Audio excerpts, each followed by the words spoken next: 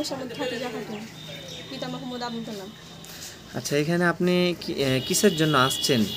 এখানে মানে আমার বিয়ে হয়েছে, এখন এই পরিবার মেনে নেবে। কবে বিয়ে হলো? 7 দিন আগে হয়েছে। 7 দিন আগে? 23 তারিখে এটা মানে বিয়েটা এটা কিভাবে হয়েছে? কীভাবে এক প্রকারে আলাদাভাবে হয়েছে, মানে আমি পারিবারিকভাবে জানিয়ে বিয়ে হয়েছে না মানে পার্সোনালভাবে? জানিয়ে বিয়ে হয়েছে। জানিয়ে বিয়ে হয়েছে। আমার শ্বশুর ছিল, ভাসুর ছিল, যে বিয়ে করেছে সেই ছিল, আরও অনেকজনও ছিল, সবাইকেই সাক্ষী করে বিয়ে হয়েছে আমাদের।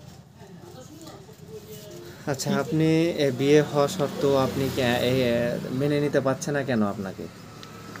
আমি তো আর ওদের মনে ঢুকে নাই, ওরা কেন মেনে নেবে না, কেন আনতে যাবে না, সেটা তো আর আমি জানি না। আমার শাশুড়ি সবাই রাজি, কিন্তু আমার শাশুড়ি যায়, আমার শাশুড়ির জন্য সবাই অনেক রাজি।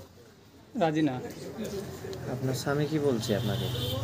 ও কি বলছে, ও নিয়ে আসবে, ও নিয়ে আসবে, কিন্তু আমার শাশুড়ি তো বাড়ির মালিকই যদি আনা হয়। ও আচ্ছা, এখন আপনার মানে দাবিটা কি? আমার দাবি যে আমি এখানে আসছি, আমি ওর সাথে সংসার করে খেতে আসছি, ওর কাছে থাকার জন্য আসছি।